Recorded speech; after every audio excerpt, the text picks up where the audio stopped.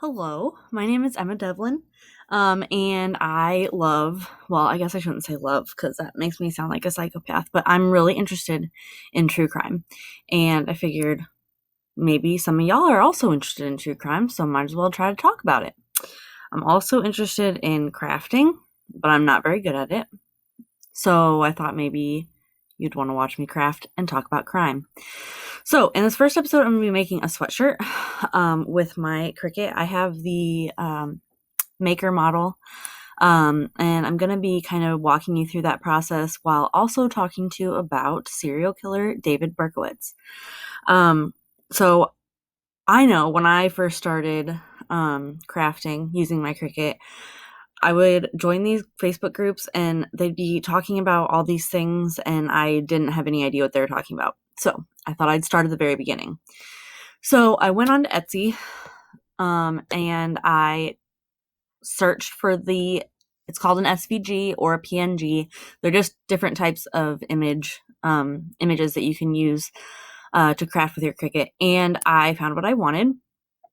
I will share the link in the description box, but it is this serial killer documentaries and chill. You can't really see it very well here, but what I did was I purchased it and I downloaded it. So now I have it here. And what I'm going to do now is I'm going to save it. And I'm going to save it. On my desktop, I have a Cricut folder where I'm going to save it, and I'm just going to call it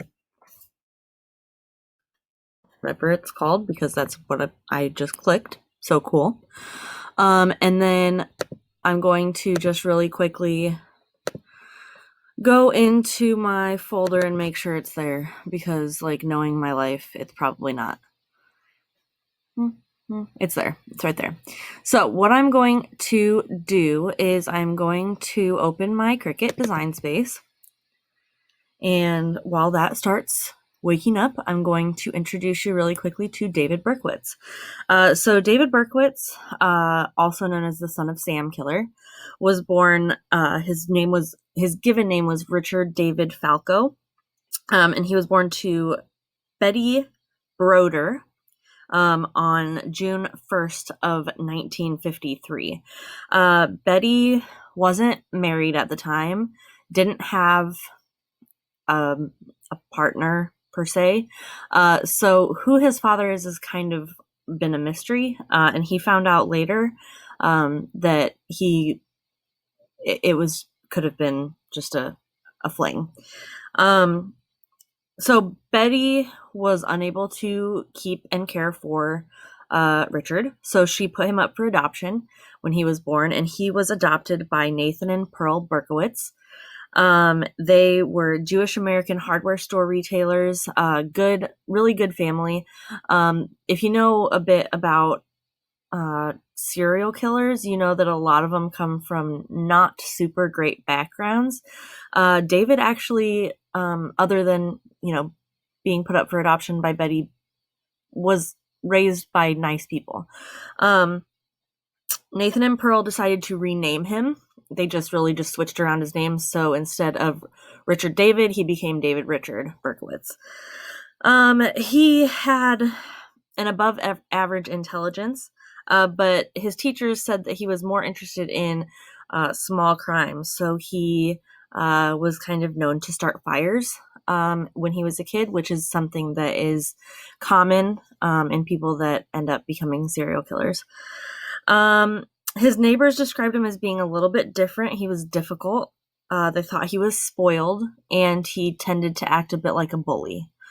In 1967, his adopted mother, Pearl, died of cancer, and Nathan ended up remarrying a woman who did not get along very well with David. So Nathan, at this point, David had decided to, in 1971, join the Army. So he was out of the house and his dad didn't really have to worry about him. And so his father and his second wife moved to Florida.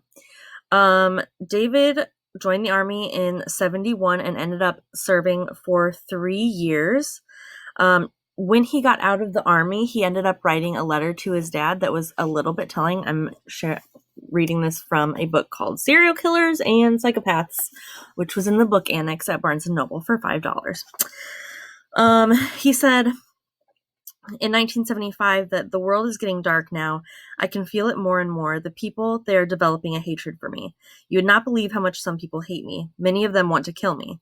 I do not even know these people, but still they hate me. Most of them are young. I walk down the street and they spit and kick at me. The girls call me ugly and they bother me the most. The guys just laugh. Anyhow, things will soon change for the better. So that sounds a little bit, I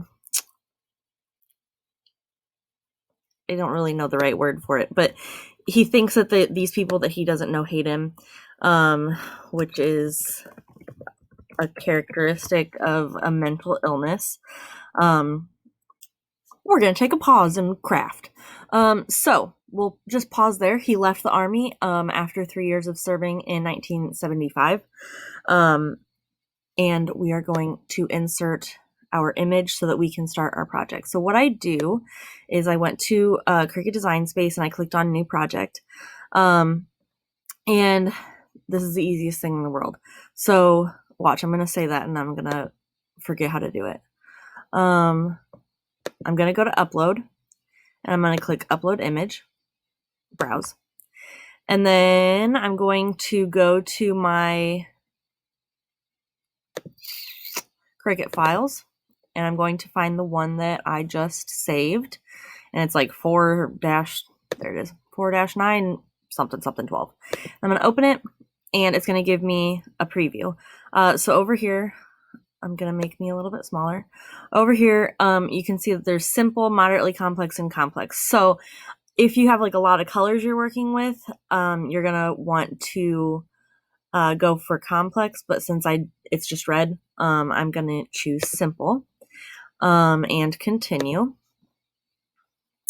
And this screen is to click on the areas that we want to remove. So if you were using an image off of Google or something and there was something in the background that you didn't want, you can click here in this checkered area and it'll get rid of it for you. So since I purchased this the way I wanted it to be, I don't have to worry about that. So I'm just going to click continue.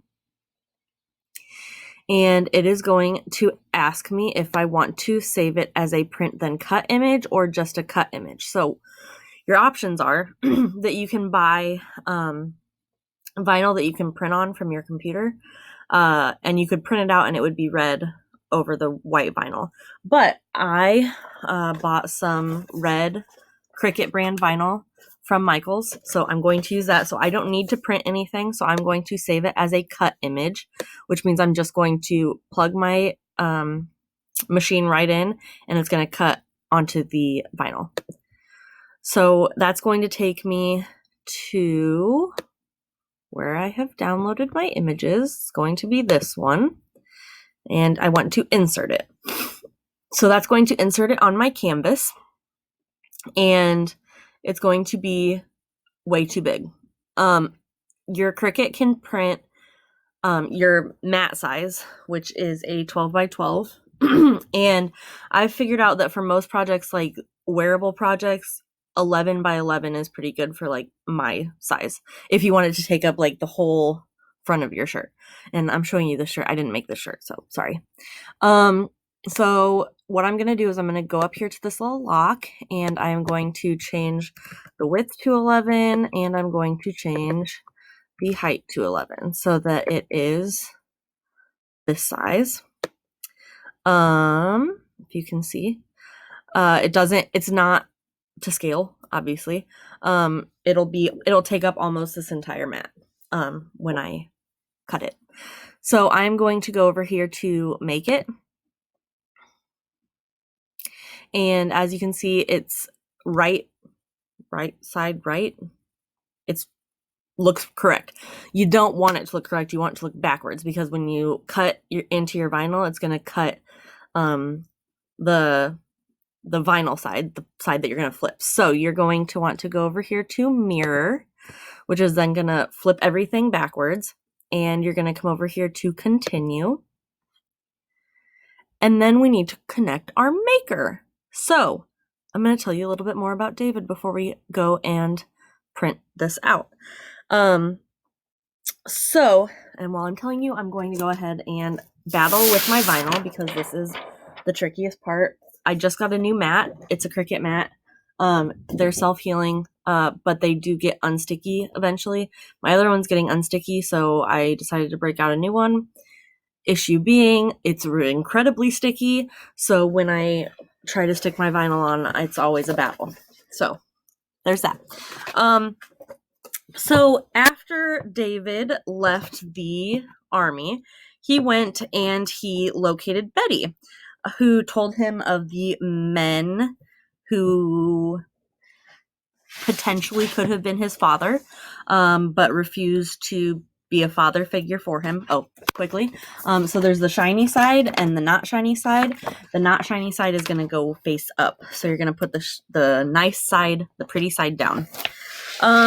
So at this point, he was pretty upset because he felt like he had been abandoned by all these men, and he didn't feel like he had a father figure growing up because he felt more attached to Pearl than he did to Nathan. And then after Nathan remarried, he felt even more abandoned. So at this point, he started to kind of blame women for his situation, of not feeling like he didn't have a father figure. He is going to start becoming violent, obviously. So he ultimately realized that his primary crisis in life, or like what he felt like made him who he ended up being, which is not good in this case, was this fact that he didn't have a father figure. He was born illegitimately. And like now that happens a lot and it's no big deal. But in the 1950s and 1960s, it was a much bigger deal. And he felt like that really shaped who he was.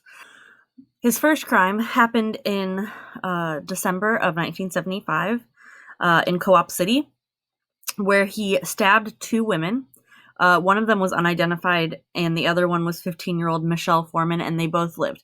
So his first violent crime was perpetrated using a knife. The rest of them are not going to be that way. So he waited until July of 1976 to commit his first fatal crime, and this was in the Bronx. Donna Loria, who was 18, and Jody Valenti, who was 19, were sitting outside of Donna's house. She was getting ready to go in. She had to walk the dog. But when she got out of the car, there was a man who approached her, and she saw him. She said, "Now what is this? Who is this man approaching me?" And before she could get any more words out, he crouched down on one knee and fired a shot off at her. So she was struck. She was killed. The second bullet hit Jody, her friend, in the thigh, and the third bullet missed entirely. But Jody, who lived, didn't get a chance to get a good enough look at the killer and said she didn't recognize the man that had been shooting. So he ends up getting away. His next crime takes place in October of 1976, not even a month later, and it's in Queens this time. We have Carl Denaro, who is 20 years old, and Rosemary Keenan, who is 18, who were parked in her car when the windows around them shattered. And they later discovered that someone had been shooting into the car. That's what made the windows shatter. And Carl had actually been hit with a bullet before they drove away. But neither of them saw the attacker before they escaped, and police ended up linking recovered bullets to a .44 caliber gun, which is going to end up being the gun that's used in the rest of the crimes. They suspected that because Carl had long hair, the shooter might have expected two women and been shocked when one of them was actually a man. The two cases are initially not connected. They're in two different boroughs, and the 1970s in New York was a scary place to be.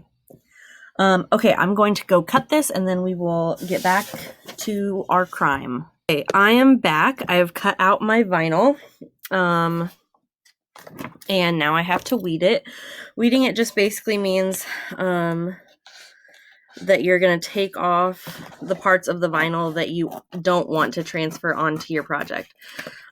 So I'm going to peel it off of my mat. And as you can see, my vinyl, well, you can't really see, but there's cuts made into the vinyl. Now I have to peel this backing off. So it's going to take me a little bit. But we just finished talking about Carl and, what was Carl's girlfriend's name? Rosemary. Carl and Rosemary, they both lived, which is good.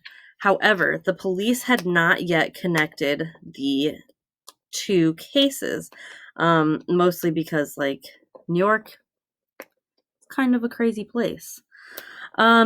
The next crime is in November of 1976. And we have Donna DeMasi, who is 16, and Joanne Lamino, who is 18, and they are in Floral Park, which is in Queens. They're walking home from the movies when a man that they described as being in military fatigues began to ask them for directions, but he didn't get very far into the asking them for the directions part before he pulled out a gun, which is really not a great way to get directions. So he pulled out a gun and he shot each victim once. DeMasi's injury was in the neck, but was not life-threatening, thankfully. And Lamino's was in the back, which ended up rendering her a paraplegic. Still, no connection has been made. And there will not be a connection until after the next crime. So now we are in January of 1977. So he's waited a couple months here until the new year.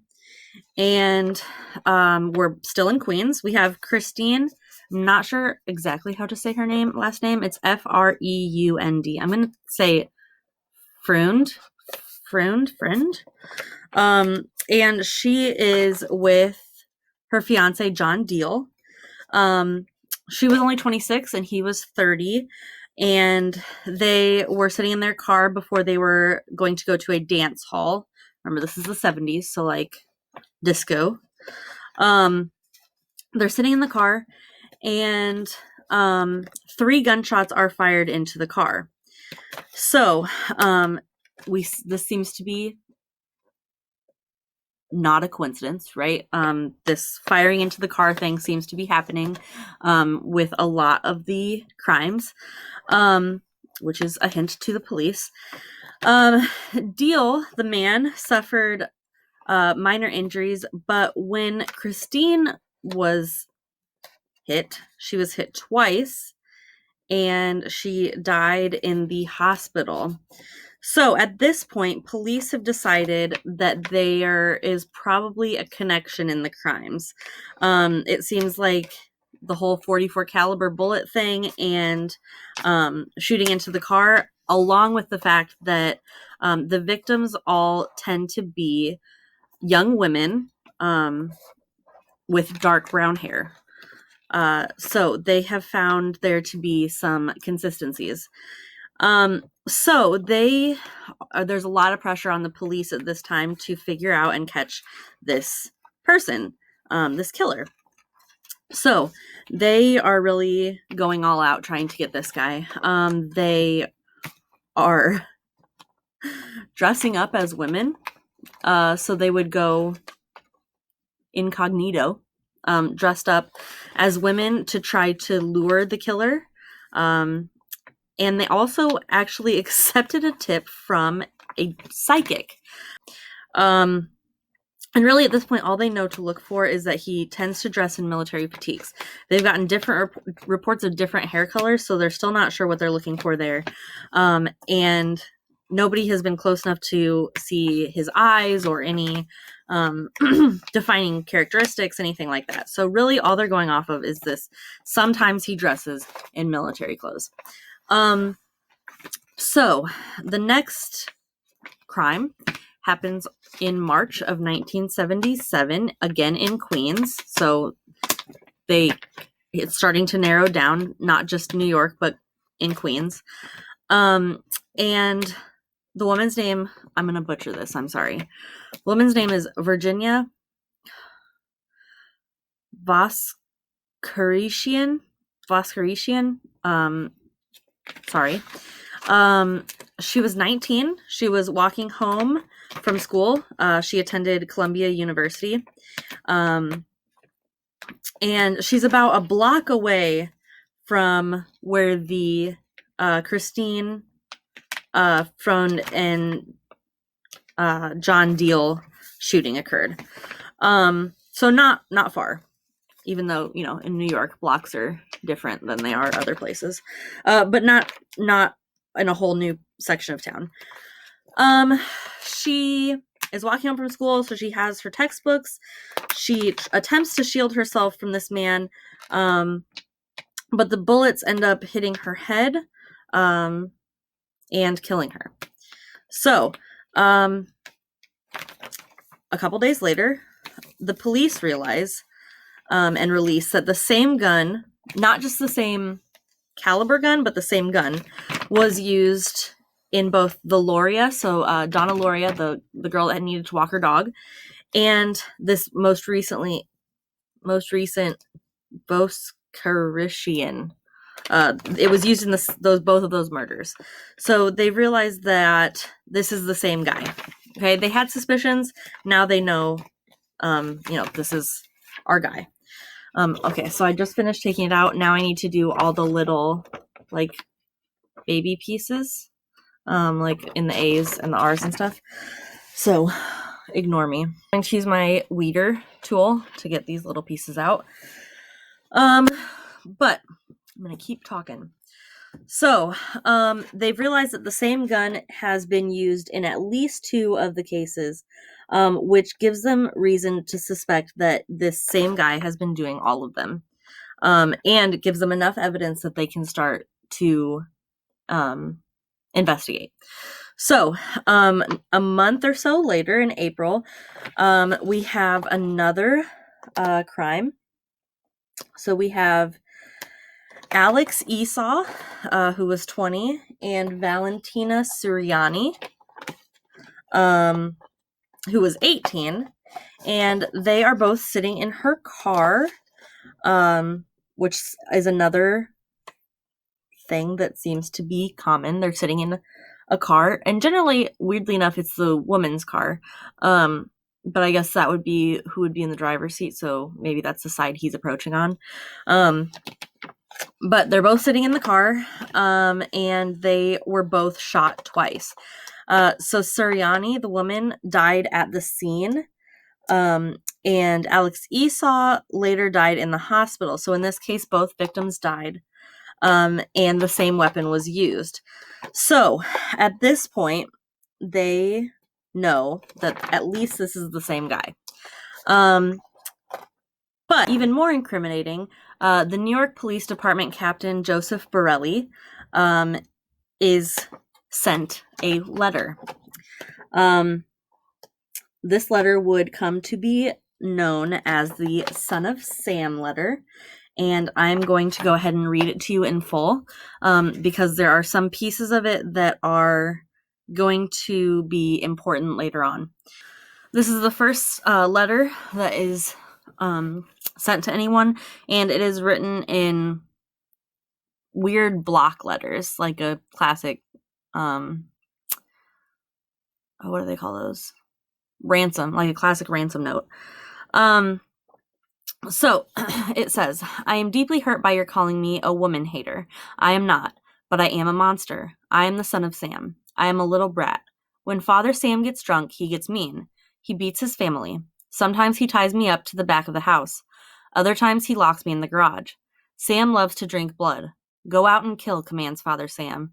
Behind our house, some rest. Mostly young, raped and slaughtered, their blood drained, just bones now.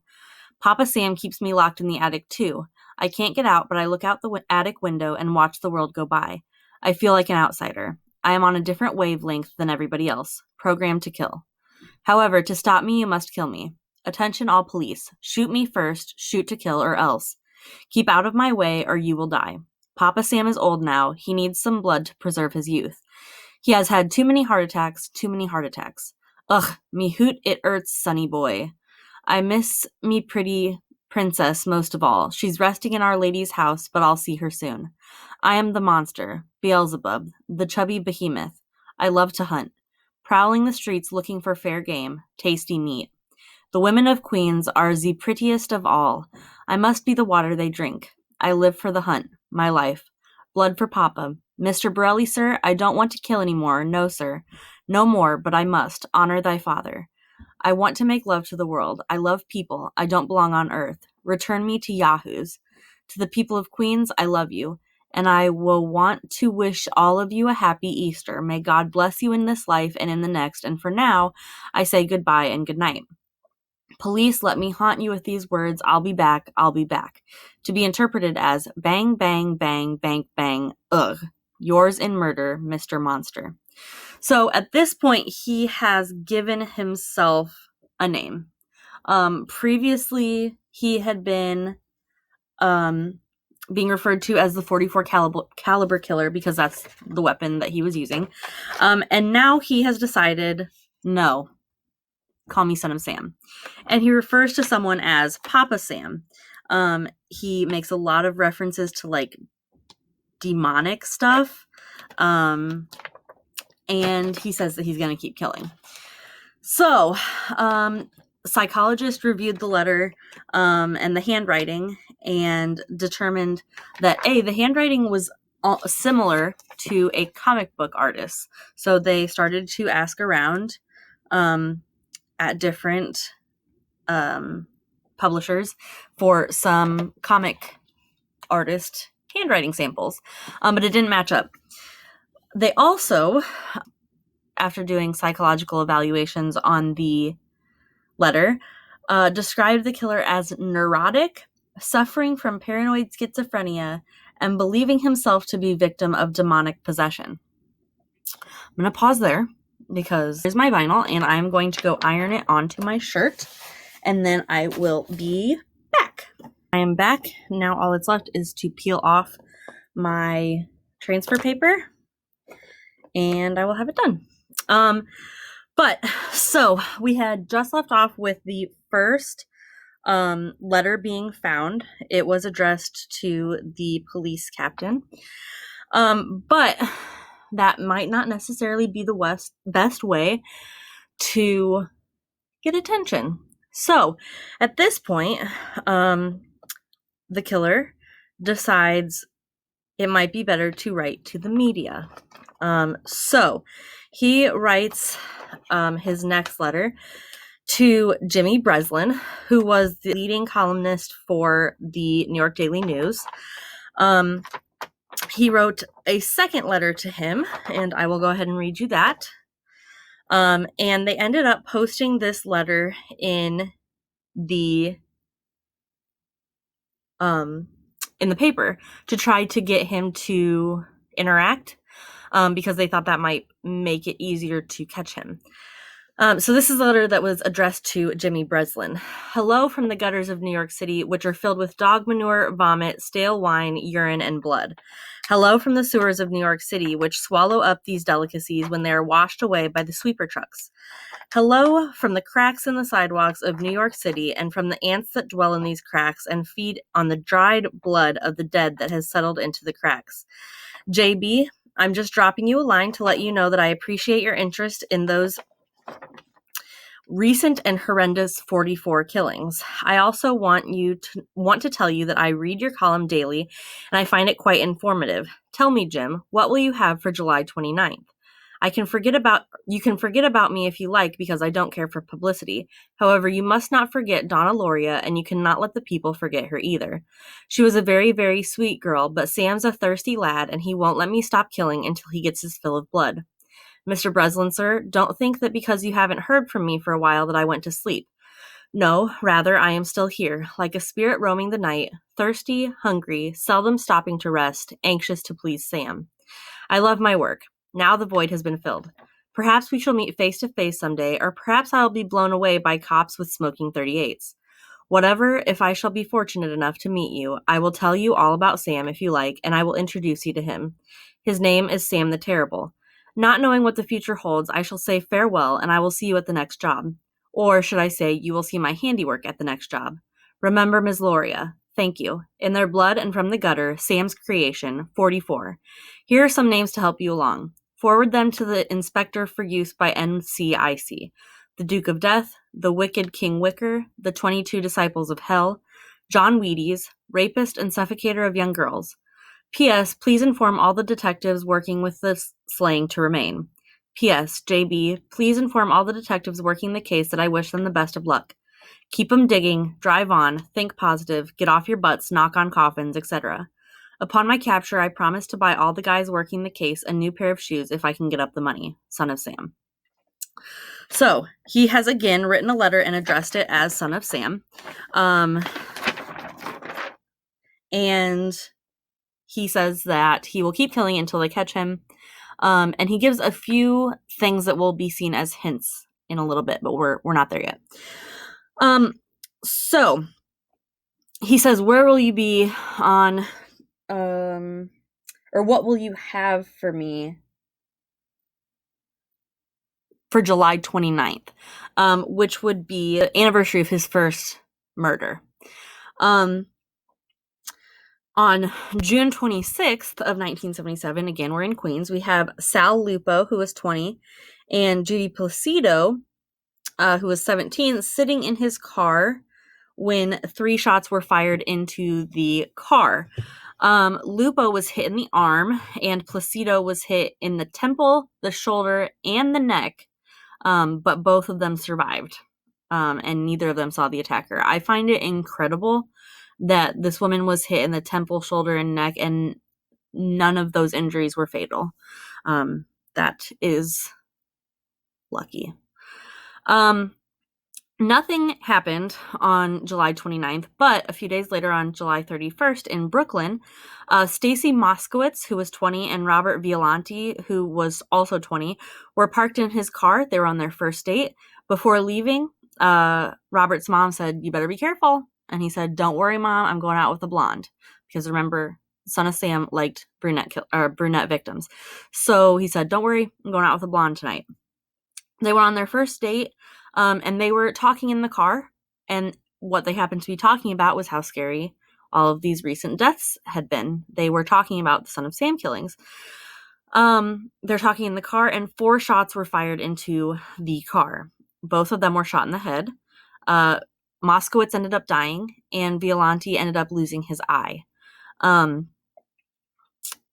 Again, incredible to be shot in the head and not die. But not a month later, on the 9th of August, Cecilia Davis was walking her dog near the Moskowitz-Violante crime scene, which clearly wasn't a crime scene anymore. It had been investigated at that point. But she saw a man holding a dark object. She was suspicious of that, and so she turned around and decided to run home. But when she started running, she heard shots behind her. She didn't call the police for 4 days, but by then, the police had already located Berkowitz's 1970 yellow Ford Galaxy near the crime scene. And they noticed that in the back seat, there was a gun, a rifle. And so they decided that they needed to do an interview and start investigating this guy because, usually you're not going to carry around a rifle in the back seat. They, upon investigation, also found a duffel bag filled with ammunition, maps of the crime scenes, which, there you have it, and another letter. So they waited for Berkowitz to leave his apartment building to get into this car. And when he got into the car, they approached him. There was one officer on one side, another officer on the other side. Both had their guns pointed at him. And all he had to say was, "Well, you got me. What took so long?" So, and he said it with a smile, which is, I don't know why, but mad people smiling gives me the heebie-jeebies. So they took him into custody. They searched the apartment. They found all this satanic writing on the walls, which is going to be interesting. They take him in on the 11th of August, and they start interrogating him. It takes 30 minutes for him to confess to all of the murders, claiming that his neighbor's dog was possessed by a demon and demanded that Berkowitz kill young women. So his neighbor, whose name is Sam Carr, lived on Wicker Street. And if you remember back in that second letter, one of the names that he had dropped was Wicked Wicker Man. So they start to think maybe this is the person, this is the Sam they're talking about, Papa Sam. And he says that this dog, Harvey, was possessed by a demon and demanded blood. And it just so happened that David Berkowitz was the one who had to do the killings to get that blood. Somehow, they didn't find him insane. He was found competent to stand trial, and he appeared in court on May 8th of 1978, and he pled guilty to all of the shootings. At sentencing, which was 2 weeks later, he tried to jump out of the 7th-story window of the courthouse, which made people think he was maybe not all there, because that's a pretty solid way to die. But after he was restrained and they were ready to get the trial going, he shouted, "I'd kill them all again," which led them to request a 4th psych evaluation. That he'd already been deemed competent on 3 psych evaluations, but they decided to do a 4th, and he was again found competent to continue. On June 12th of 1978, he was sentenced to 365 years in prison. Since then, he has gone back and forth with the demon dog story. Upon interview, if you've seen the show Mindhunter, they do an episode where they interview Son of Sam.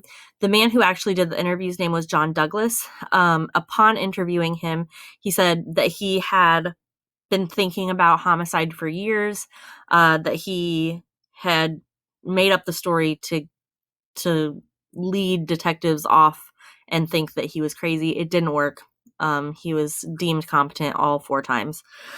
But that's the story he decided to go with.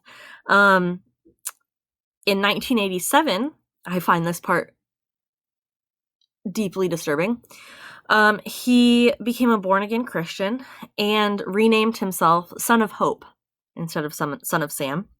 There is a group of Christians who operate a website for him because he claims to be born again and to have been saved, and he's okay now. However, he does think that he belongs in jail. He has consistently been denied parole, and he's even requested to have his parole hearings canceled before, because he thinks that he deserves whatever punishment he gets, which he does. But some people believe, of course there has to be conspiracy theory, that he had acted with the help of others in a satanic cult. There are people who think that he didn't act alone, that he was a member of this cult. That caused the case to be reopened in 1996. It's still considered open, but because there was no new evidence entered, there were no new charges filed. He's still in jail. He was supposed to have a parole hearing in May of this year, which was postponed because of COVID. But he is still in jail for those crimes because he is a terrible, horrible, awful person to have killed all those people. And And that is the story of David Berkowitz, also known as the 44 caliber killer or the Son of Sam. And here is our final result. If you can, I don't know which way I'm going. You can see it. I got this sweatshirt from Joanne Fabrics. It is Gildan brand, and I'm very pleased with the way it turned out. So that's all I have for you. Stay tuned, because next month I'm going to talk about Gary Ridgway. He will be the next killer that I focus on. But I hope that you all have a safe Halloween time, and make sure that you aren't parking in a car with a boy.